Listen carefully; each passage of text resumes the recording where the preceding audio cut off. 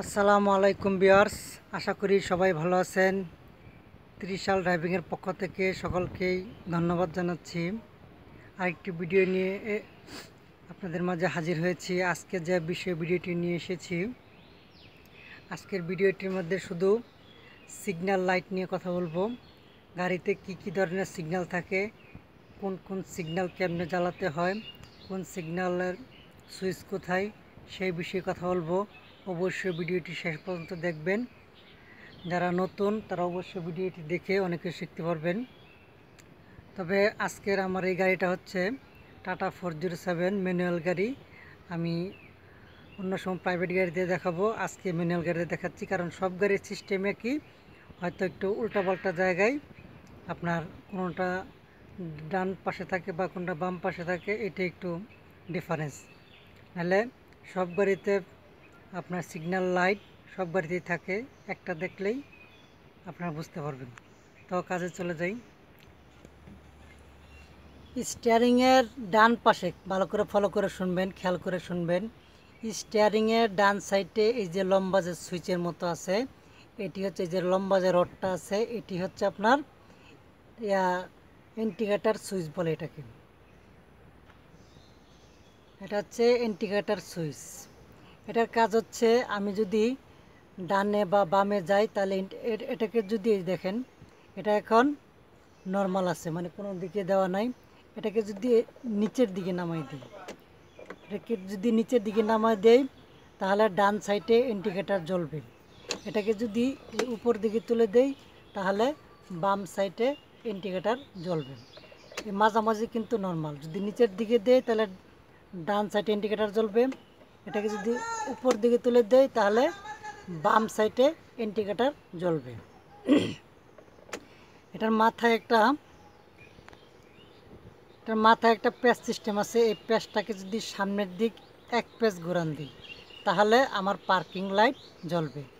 যদি দুই প্যাচ ঘোরান দিই তাহলে আমার সামনের মেইন হেডলাইট জ্বলবে। যদি এক প্যাচ ঘোরান দিই তাহলে আমার পার্কিং লাইট জ্বলবে।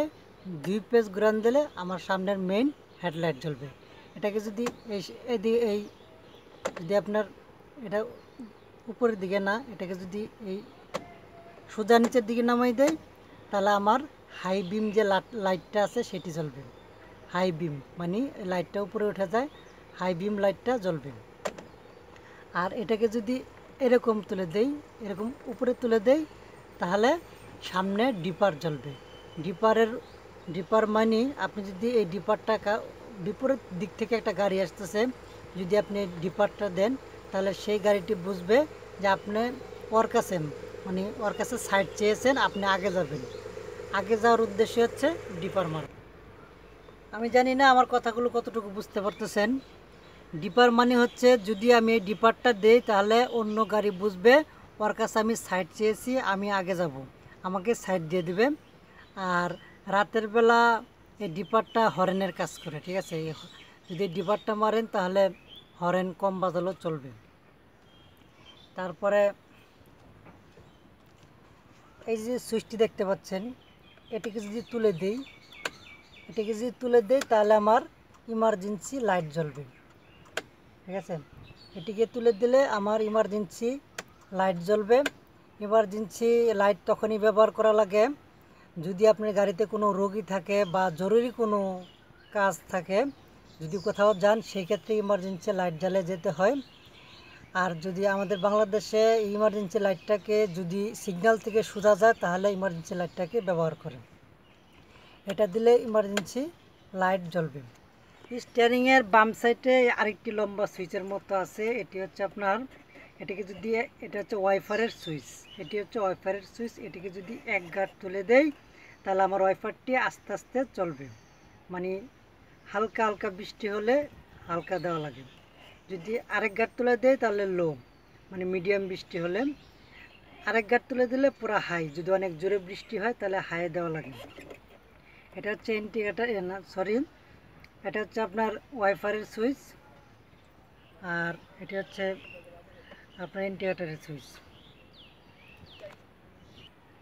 আজকে এই দুইটি সুইচ নিয়ে কথা বললাম। আর সামনে নেক্সট ভিডিওতে আমি এই ড্যাশবোর্ড সম্পর্কে কথা বলবো। আজকে কথা বলবো না, ড্যাশবোর্ড সম্পর্কে সামনের ভিডিওতে কথা বলবো অবশ্যই। সে পর্যন্ত সবাই ভালো থাকবেন। আসসালামু আলাইকুম।